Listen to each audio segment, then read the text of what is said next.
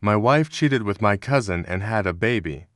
My family kept it secret for years, and now they want back into my life as I found success. Please be patient with me as I explain this entire matter to my family, because there is a lot of background involved.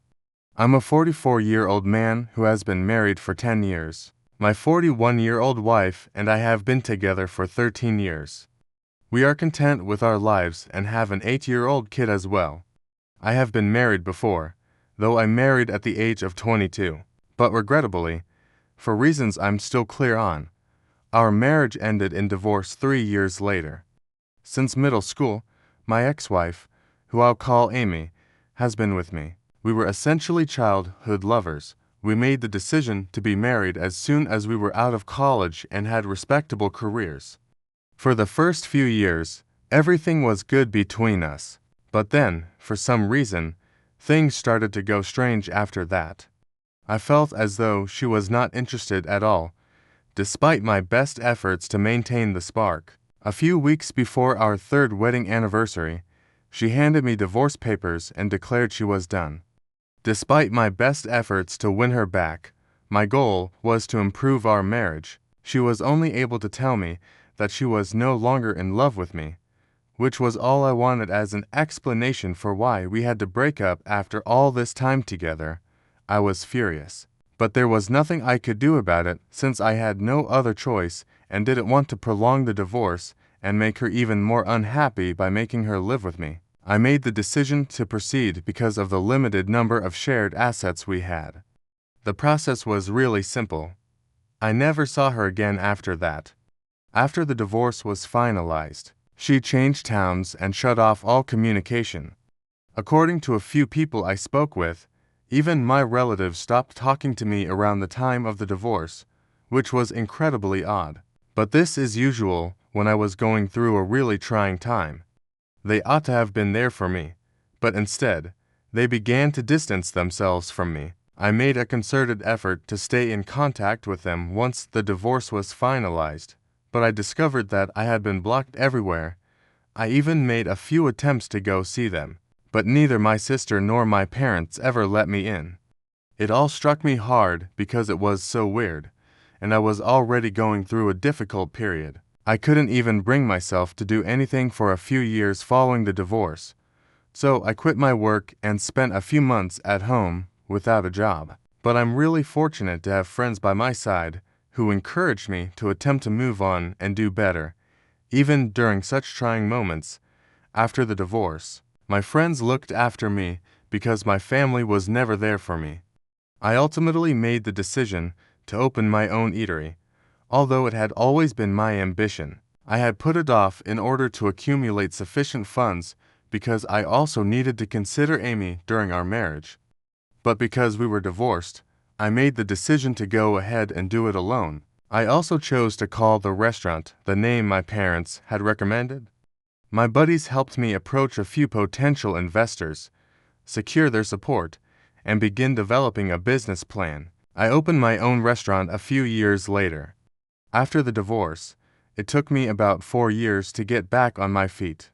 I met my current wife 2 years later. We started conversing after she told me she loved my restaurant at a function where we met through friends. I asked her to marry me after 3 years of dating because I wanted to give love another try. Here we are, with our son 10 years later. My business life has also improved over the past few years, in addition to my personal life. In my career, I've done fairly well. It all began with a restaurant, but because of its success, we gradually started to grow. I am the CEO of my own hospitality firm at the moment, and we operate a chain of hotels and restaurants that are quite well liked. We intend to grow it even further in the hopes of gaining recognition outside of the state. I have put a lot of effort into getting to where I am now, but it has been a difficult journey. Since of this, I recently agreed to an interview, since I felt it was an indication that I had truly made it. However, after seeing that interview on the television, my family decided to get in touch with me again, and I honestly had no clue that it would generate such a storm in my life. I didn't really think my family would have watched it, because the channel that carried it was a somewhat popular one. Even if they had, I didn't think they would arrive at my workplace. My workplace location, in particularly discreet, so they must have had little trouble finding me. Still, it was highly improper of them to arrive at my place of employment and insist on seeing me while I was there. Regretfully, they did precisely that. 3 days ago. Seeing them after all this time was really odd. The receptionist told me that my family was waiting outside when they arrived. Even though I was working, I initially assumed she was referring to my wife and kid, which would have been strange given that my son was at school and my wife was at work. She went on to say that my sister and parents were present to see me. I was having trouble processing what was happening at the time. I informed the receptionist that they would have to be ordered to go for the time being, but I would see them later. Naturally, they persisted and were making a scene, so I had to step in before I could talk to them and find out what was going on. I didn't want security to eject them from the premises. I therefore walked to the lobby to see them. They immediately pretended that nothing had changed in the over 2 decades since I had last seen them. They started praising me right away, telling me how wonderful it was that I had achieved enough accomplishment to make the headlines and how motivational my tale was. They should have been included in that story as members of my family, so hearing them say it felt odd. They began discussing how they had seen my family, but I tried to dismiss it by telling them I had to return to work. I had mentioned in my interview how helpful my wife and son had been to me along the way. They were referring to certain family images that were also featured on the channel. Since they had been away from us for a while, they began to express a wish to meet my wife and their grandson as soon as possible. At that point, they said I should have done more to reach out to them after the divorce and chastised me for not trying hard enough. It dawned on me that I might at last be able to find out what had transpired at that time. Therefore, rather than telling them to leave, I chose to let them speak in an attempt to find some closure. I even sat down with them in the lobby during their conversation. I learned the true reason my family had deserted me and why Amy had chosen to divorce me. Yes, Amy had been cheating on me. As you may have surmised by now, my parents had been helping her hide it the entire time, so I had never suspected it. However, they stated that they had their reasons, or at least those they believed to be legitimate, so don't pass judgment too hastily. Amy had apparently been having an affair with my cousin, who was the son of my dad's older brother. Everything made sense when they eventually told me. I now saw why they had supported her, why I hadn't received an invite to any family gatherings for the previous 20 years, and why I had been rejected without any fault of my own. I had never liked my cousin, let's call him Carl, since he was a rude entitled brat. Unfortunately, his father and the rest of the family felt he should be given a free pass for everything because his mother had died when he was only 6 months old. No one ever told him how to act throughout his life, and he consistently got away with anything. The fact that my uncle, Carl's father, was my dad's supervisor and had founded the family business before my dad joined it didn't help either. When Carl decided he wanted to be with Amy, we were married and she agreed. My family felt compelled to support them.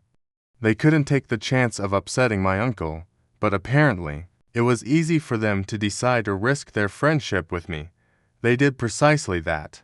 They also informed me that my uncle made it very apparent during the divorce that he did not want any family members, including my parents and sister, to communicate with me in any way. After Amy said she was expecting my child, they apparently attempted to object.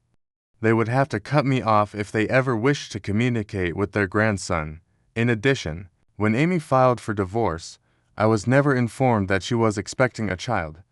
I couldn't have predicted because she hadn't been displaying at the time either. She had moved out long before the divorce was finalized, so she hadn't been living with me.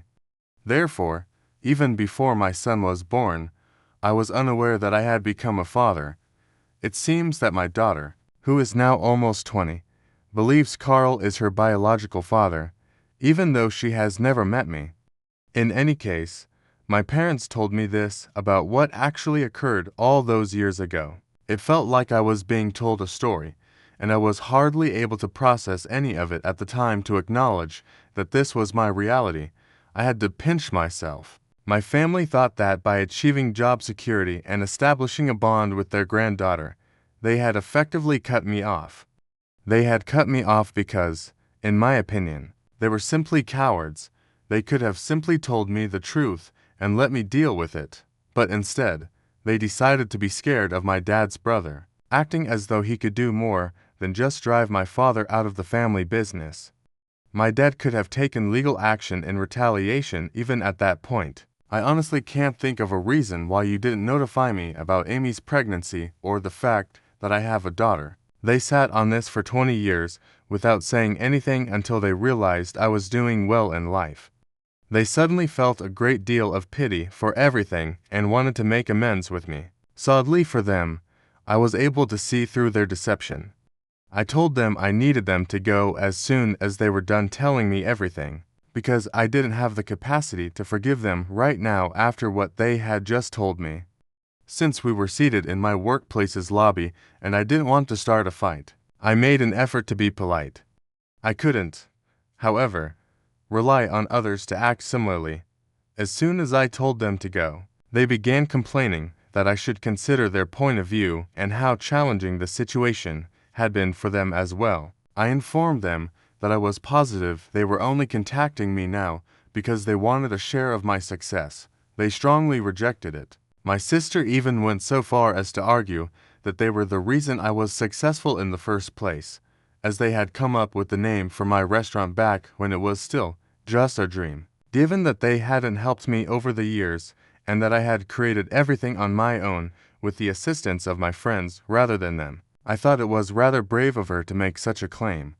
It wasn't enough for them to claim credit for my accomplishment just because they suggested a name. I laughed at her because the idea was so ridiculous. I threatened to have her and my parents ejected from the building if they didn't leave right away. They persisted in their argument, stating that they would not go until we had resolved our differences, but I was not interested in carrying on the discussion. I therefore carried out my promise and had security eject them from the building as they were being led away. They were obviously very unhappy and tried attempting to convince me that they had no other option. However, I don't believe that they had an option, but they chose poorly, and now they will have to live with the repercussions. They have survived the previous 20 years without seeing me or my family, so I have no doubt that they will be able to do the same in the future. In any case, they haven't stopped attempting to get in touch with me. 3 days after this happened, they haven't had the guts to return inside my workplace, but they have been showing up outside, sending emails to my work address, and texting me on social media. Their attitude has clearly changed, as seen by the numerous apologies in their mails.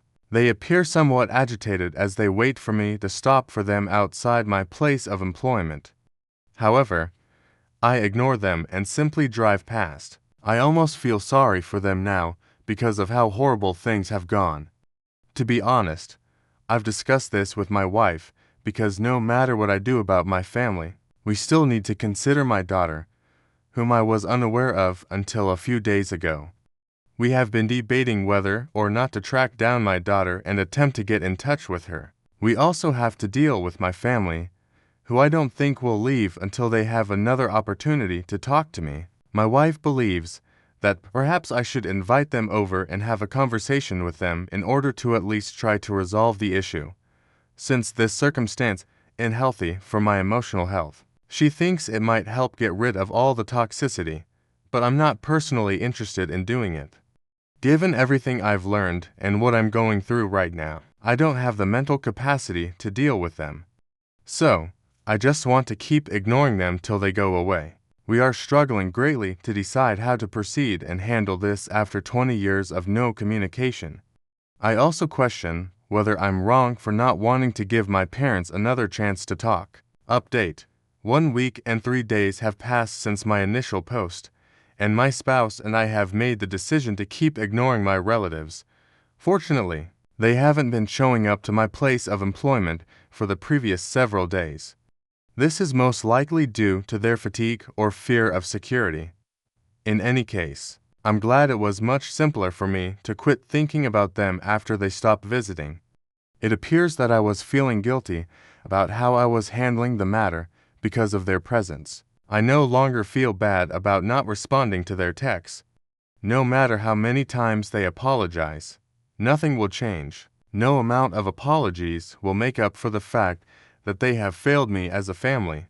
I'm not even bothering to block them anymore, even though they've kept sending messages from different accounts and email addresses. What's the point? I'll continue to ignore them even if they try to apologize by making new accounts. We'll see how long they can continue this. Let's go on to the other problem we are facing. My daughter. Neither my wife nor I knew how to handle the matter. My parents told me where she attends college throughout our talk. So, we have her name. I haven't taken any action yet, but my assistant was able to locate her social media profiles. I am unsure if it is appropriate for me to contact her, and I'm unsure of how to inform her that I am her biological father. I can't just walk up to Amy's house and demand custody or anything because she's not a kid. Furthermore, given what I've learned about Amy, I'd prefer not to have her involved in this at all. I no longer have any regard for that woman or my family as a whole, because they are all cowards with no courage, and I don't want anything to do with them. I can't say the same for my kid, though she is still my biological daughter, regardless of who reared her. Please let me know if you have any suggestions about how to approach her, or if I should even be doing this. I also want to thank everyone who left a remark on my first post. I hope you can help me again because your advice has been incredibly useful. Update 2. My wife and I made the decision to move ahead after reading the comments on my last update. Waiting for the ideal moment or chance to get in touch with my daughter was pointless. We had to remove the band-aid and finish the job. We thought it wouldn't be appropriate to fly out to her because she lives in a different state. So, we chose to message her first and see how things work out. We messaged her on Instagram and gave her the most polite explanation possible.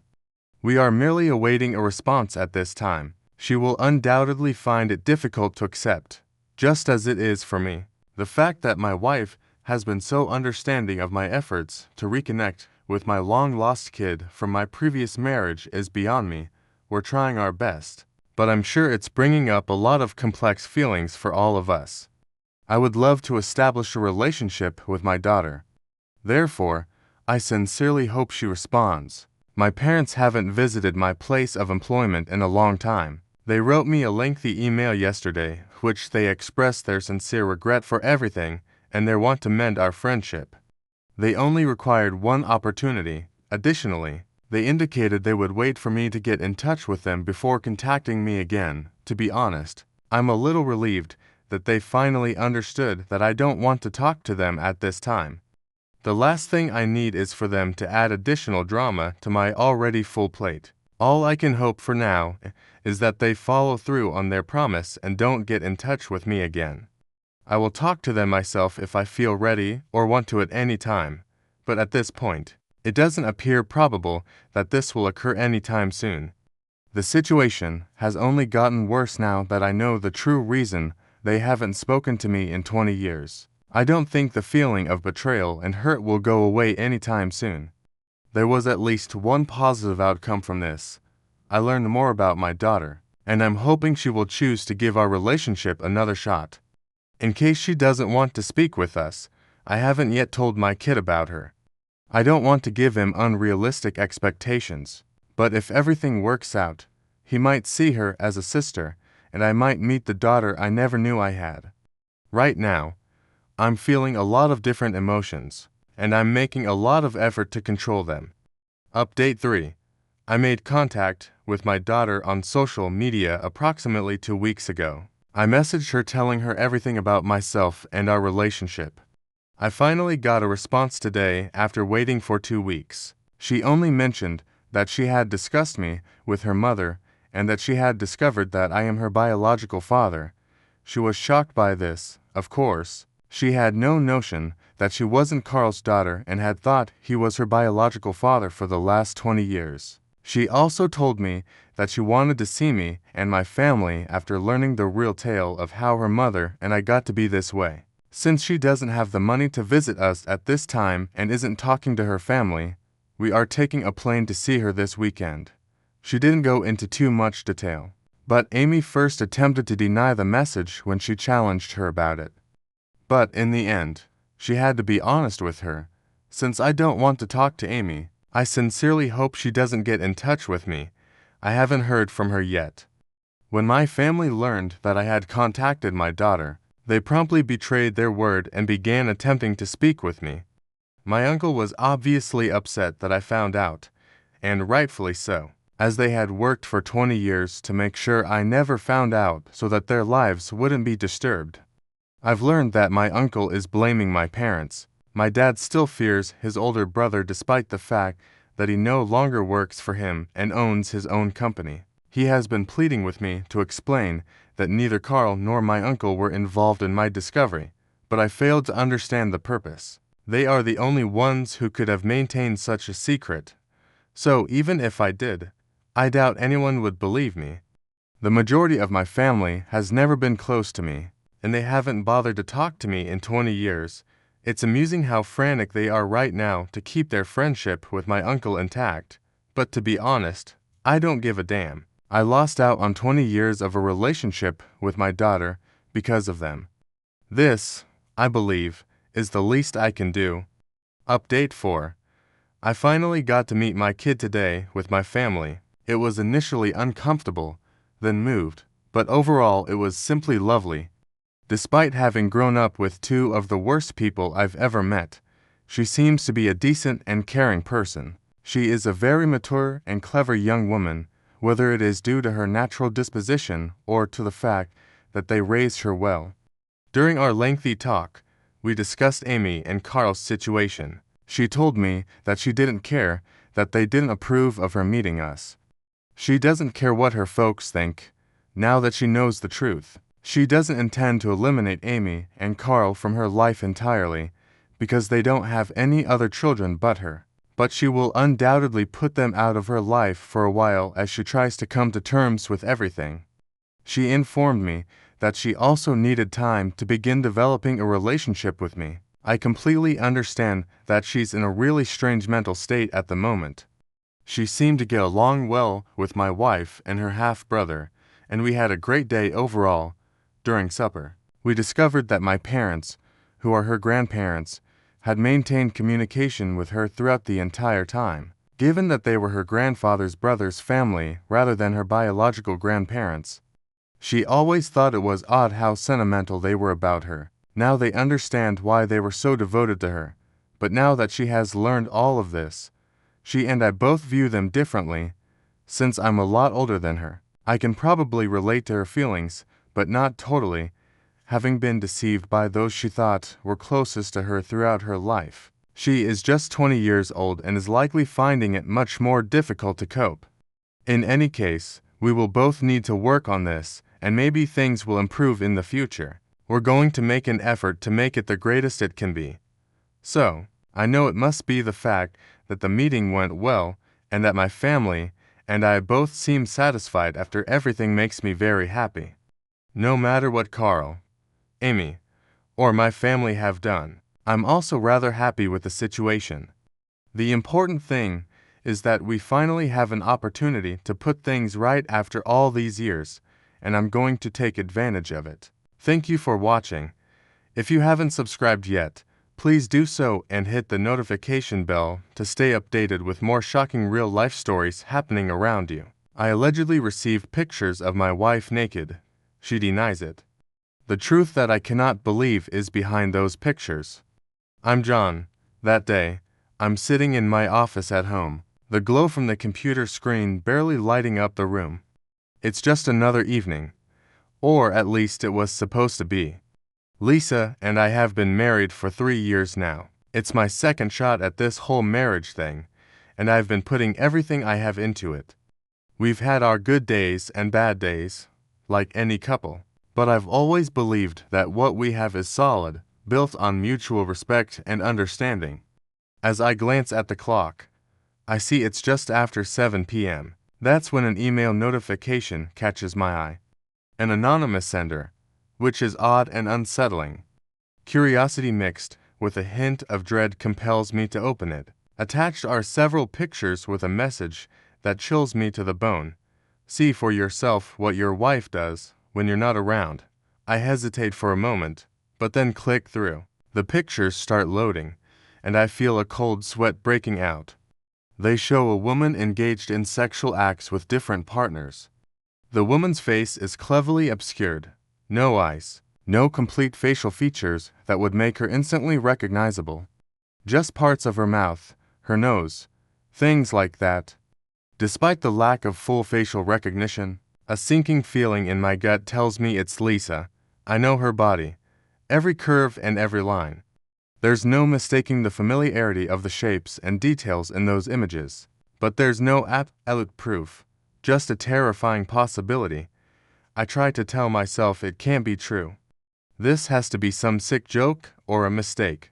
But denial is a heavy blanket. Suffocating and full of fear, I run my hands through my hair, trying to make sense of it all. My heart is racing, anger bubbling up, but there's also betrayal slicing through me. I sit back, overwhelmed by emotions. How do I even begin to deal with this? The thought of confronting Lisa terrifies me as much as it compels me. What if it's true? What if it's not? I'm caught in a storm of doubt, and every possible outcome feels like it's going to tear my life apart. I shut down the computer. The screen goes dark, and I'm left in the quiet of my office, alone with my thoughts. It feels like the walls are closing in on me, each second heavier than the last. I need to talk to her, to confront this head-on, but I'm scared of what I might find out. The rest of the night stretches out before me, long and uncertain. I reopen the email after a brief respite, steeling myself against the tumult of emotions it had already stirred. The image is still there, waiting like uninvited guests, seemed even more imposing than before.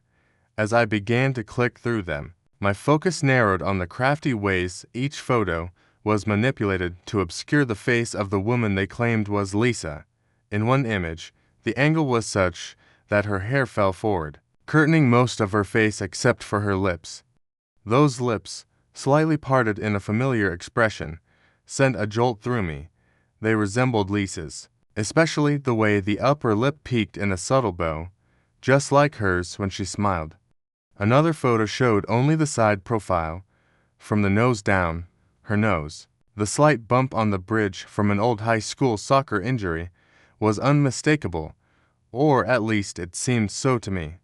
Each photo was a puzzle, a sinister game of hide-and-seek. Eyes, the windows to the soul, and perhaps the most identifying feature, were always conveniently blocked by a hand, a shadow, or the angle of the shot. It was clever, and it felt personally tailored to inject doubt and paranoia into my thoughts.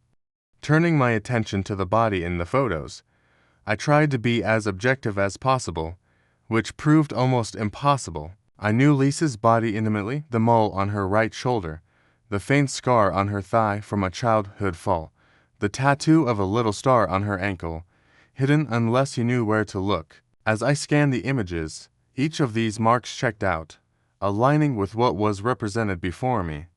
The turmoil in me grew as these recognitions piled up. The emotional roller coaster jerked me between denial and reluctant acceptance. How could someone so similar to Lisa exist? And why would someone go through the effort of staging these scenes with a look-alike? The logic of such a deception seemed far-fetched, yet the alternative, that it was indeed Lisa, was devastating. My methodical comparison grew obsessive.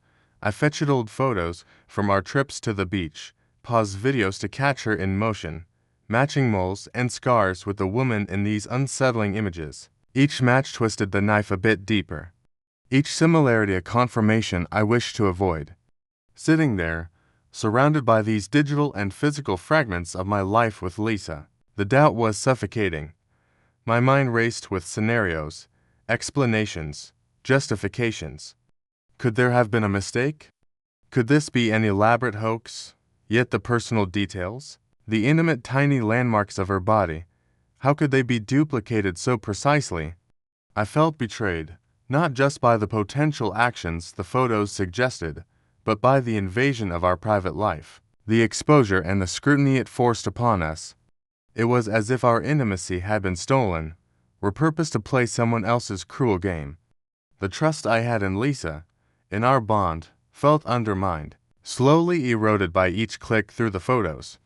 I needed to confront her, to ask her, to hear her deny it with her own words.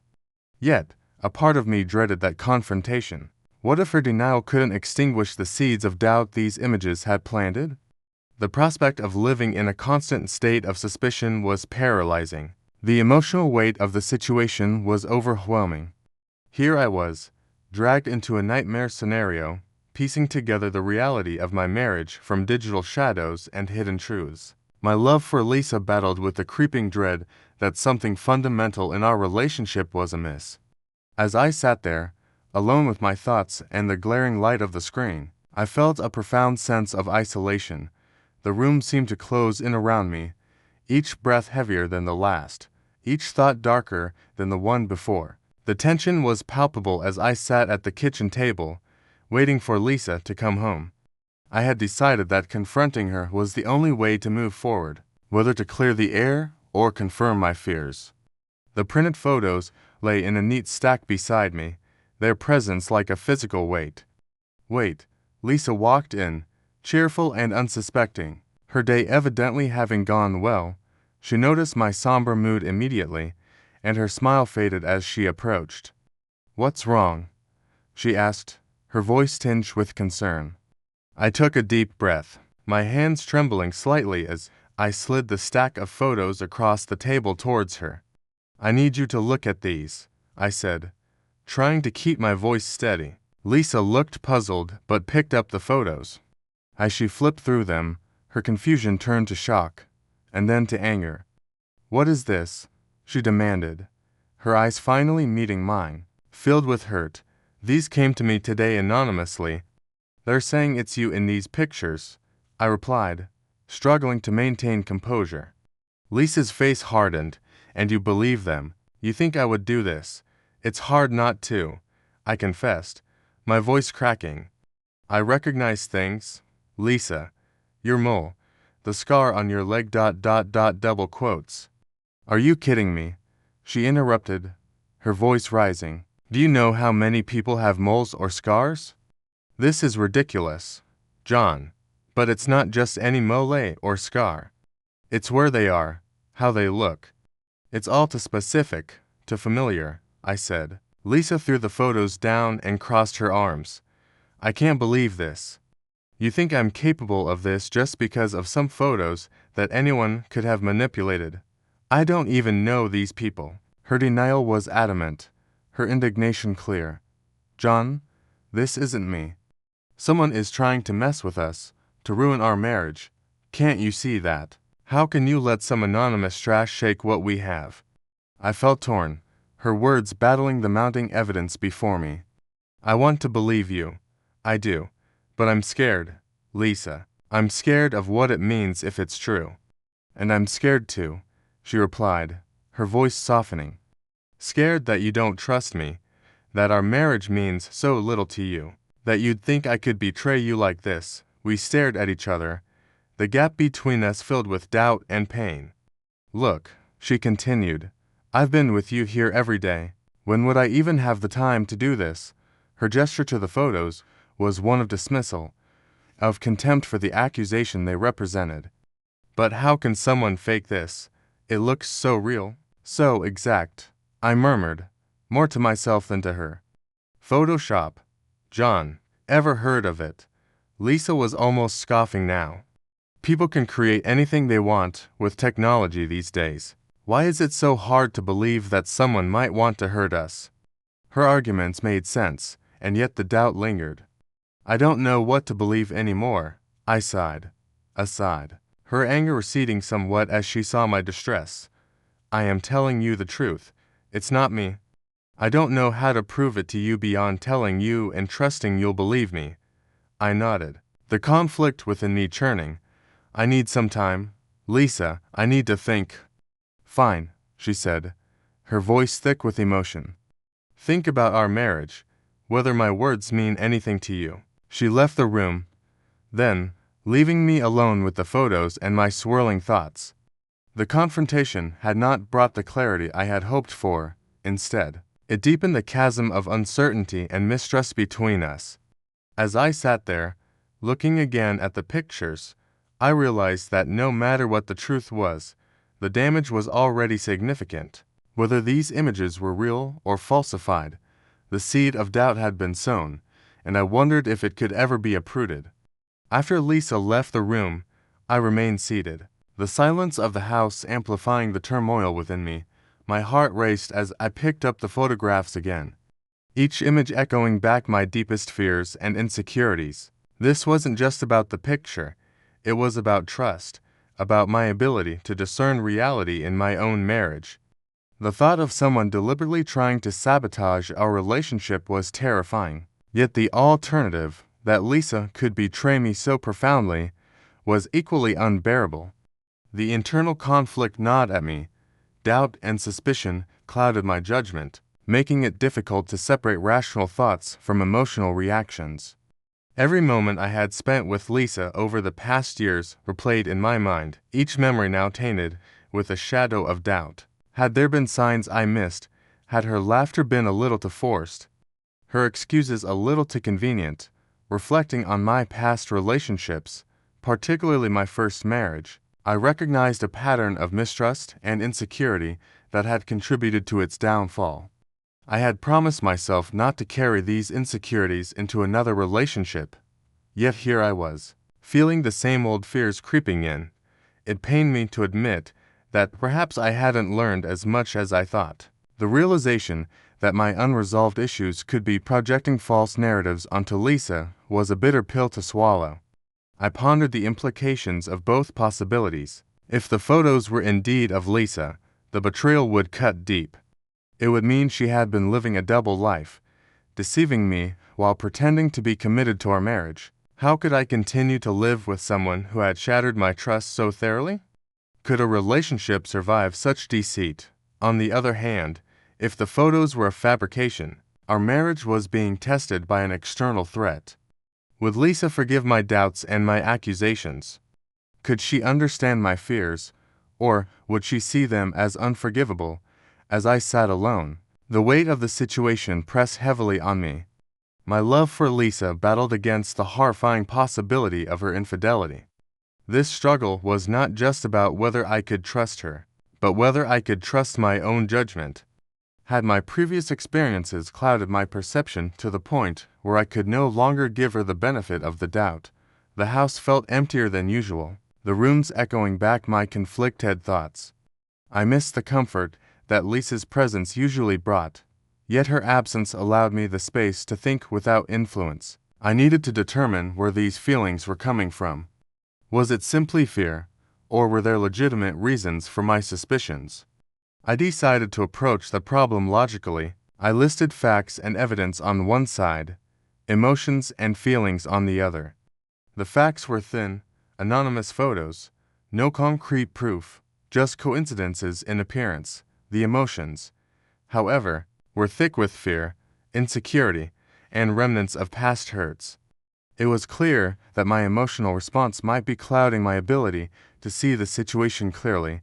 The more I thought about it, the more I realized how crucial it was to communicate openly with Lisa if we were to overcome this, whether as a victim of a cruel hoax or as a couple facing infidelity. We needed to face it together. Hiding my feelings or allowing my insecurities to dictate my actions would only lead to further damage. I also considered the broader implications of either scenario on our future. If Lisa was innocent, we would need to strengthen our trust and possibly seek help to deal with the trauma of this attack on our marriage. We might even need to investigate who would want to harm us this way and why. If she wasn't innocent, then I would have to make some tough decisions about my own future and what I could forgive. Sleep was elusive that night. The bed felt colder, the shadows in the room longer. My mind raced with scenarios, each more painful than the last. The early morning hours brought no relief, only a deepening sense of unease. By dawn, I had reached a decision. I would confront the situation head-on, seeking clarity and truth, regardless of the outcome. I owed it to both Lisa and myself to resolve this doubt once and for all, to reclaim the trust that was the foundation of our relationship, or to accept its collapse under the weight of truths too heavy to bear. As the first light of morning filtered through the curtains, I prepared myself to face whatever the day might bring. My heart was heavy, but my resolve was firm. No matter what happened, I needed to find peace and move forward, either with Lisa by my side or on a new path alone. As the investigation into the anonymous photographs unfolded, the emotional stakes were incredibly high. I grappled with my doubts and my commitment to uncover the truth, while Mark, the digital forensics expert, meticulously dissected the images. Each discovery he made amplified the tension. The superimposed details, the artificial blending of shadows, the digital breadcrumbs he uncovered did not just hint at manipulation. They screamed of a deliberate malicious intent to deceive. When the source of the email was finally traced back to an old friend of Lisa's, someone whom I had met and trusted, the betrayal felt like a physical blow. This was a person who had sat at our dinner table, laughed with us, and all the while harbored intentions to dismantle our happiness. Confronting him was a dramatic showdown. We met in a quiet corner of a local cafe, the air thick with tension. His initial denial added to the suspense, his face a mask of feigned ignorance. But as I laid out the evidence, his facade crumbled. The admission, when it came, was not just a simple confession. It was a torrent of pent-up jealousy and frustration. "I loved her first," he blurted, his voice cracking with emotion. "You were never right for her. I thought once you were out of the picture, she'd see that." His words were like daggers, but they paled in comparison to the pain of his betrayal. The confrontation left me reeling, not just from what was said, but from the raw, palpable desperation in his voice. Returning home to Lisa, I was a mix of emotions. The relief of having discovered the truth was tangled with sorrow for the ordeal I had put her through. Our conversation that evening was one of the most intense we had ever had. I recounted every detail, from the digital inconsistencies to the painful confession of her old friend. Lisa listened, her face a canvas of changing emotions: shock, sadness, and finally relief. "I never doubted you, not really," she said, her hand reaching across to squeeze mine, a physical reconnect that spoke volumes of her trust and forgiveness. "But knowing how far you went to clear this up, that means everything."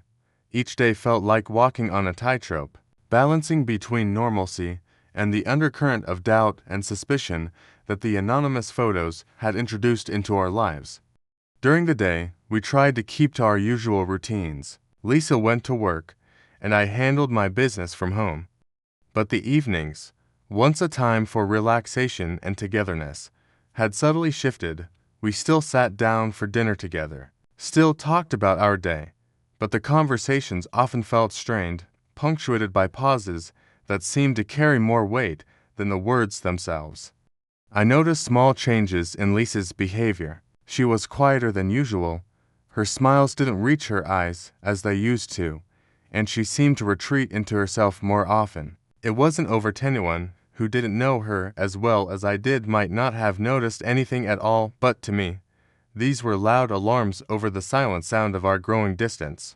Trying to bridge this gap, I made efforts to engage her in activities we both enjoyed, watching our favorite TV shows, going for walks in the park, trying out new recipes together. Sometimes these moments felt like old times, and a sense of hope would bubble up within me.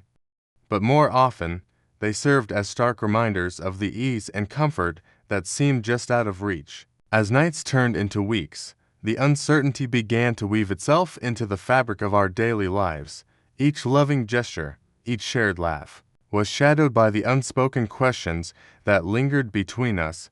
Was this real, or just a facade? Could we truly get back to where we once were, or had something irrevocably shifted? The ongoing uncertainty was exhausting. both emotionally and mentally. There were days I felt optimistic, buoyed by moments of closeness or a particularly good day spent together. But there were also nights I lay awake, staring at the ceiling, wondering if the foundation we built our relationship on was strong enough to withstand this storm. In these moments of solitude, I realize how much of life is out of our control, how circumstances can change with startling rapidity, and how the known can become unknown in the blink of an eye. Yet it also underscored the importance of what remained constant, the effort, the choice to strive for understanding, and to cling to the fragments of normalcy that could still be salvaged. As Lisa and I committed to moving forward together, choosing trust over suspicion, we sought the guidance of a couples therapist. This decision marked the beginning of a new chapter in our relationship, one that required facing our vulnerabilities and insecurities head-on. Our first therapy session was tentative, as we both navigated the unfamiliar territory of discussing our deepest fears with a stranger. The therapist, Dr. Helen, provided a safe space. Her office was a sanctuary where words that often went unspoken could finally be aired. We discussed the impact of the photos, and I shared my feelings of betrayal not just by the anonymous sender, but also by my own doubts about Lisa. Lisa spoke candidly about her sense of violation and the hurt caused by my suspicions. It felt as though our years together, our moments of intimacy, weren't enough to keep your trust in me, she said, her voice steady but tinged with sadness. Dr. Helen encouraged us to explore these feelings further, pushing us to understand not just the immediate reactions to the photos, but also the deeper, underlying issues in our relationship. Trust isn't just built on faith, she explained. It's also built on the foundation of understanding each other's fears and vulnerabilities. Over sessions, we delved into our past, my previous marriage that had instilled a deep-seated fear of being deceived again, and Lisa's experience with being unjustly accused in her professional life, which made her fiercely protective of her integrity. Understanding these aspects of each other helped us see how quickly we could trigger each other's insecurities without meaning to. As we progressed in therapy, our homework was to practice transparency and vulnerability. We scheduled regular check-ins at home where we shared anything that weighed on us, no matter how small it seemed. These moments were awkward at first, laden with hesitations, but gradually they became our truth sessions, filled with raw and honest exchanges. Therapy sessions were interspersed with activities designed to rebuild our emotional connection. We revisited places that held special memories for both of us, like the park where we had picnicked on our first date and the beach where we celebrated our first anniversary. Each visit was an opportunity to discuss not just the past, but our dreams for the future, slowly weaving new threads into the tapestry of our marriage. Dr. Helen suggested we write letters to each other, not texts or emails, but old-fashioned pen and paper letters. Writing allowed us to express thoughts and feelings that were too difficult to say out loud. Reading Lisa's letters, I saw the depth of her love and her pain, her commitment to us, and her fears about losing what we had. My responses echoed my resolve to move past my doubts, to affirm my trust in her, and my gratitude for her strength and patience. Halfway through the year, we decided to renew our vows. It was a simple ceremony, just us and a few close friends and family, in the same little chapel where we had married. Standing before Lisa, repeating my commitment to her, felt profoundly different this time. It was a promise, not just of love, but of faith in our growth and understanding as a couple. As we continued therapy, we learned to embrace not just the easy love of good days, but also the challenging love of bad days. We recognized that while the scars of this ordeal might never completely fade, they were a testament to our resilience and commitment to each other.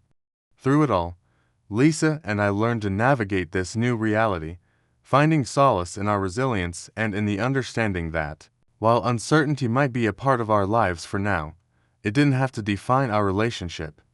We were more than this crisis, and with time, perhaps we could rebuild what seemed threatened, finding new depths of trust and commitment amidst the turmoil. Thank you for watching. If you haven't subscribed yet, Please do so and hit the notification bell to stay updated with more shocking real-life stories happening around you.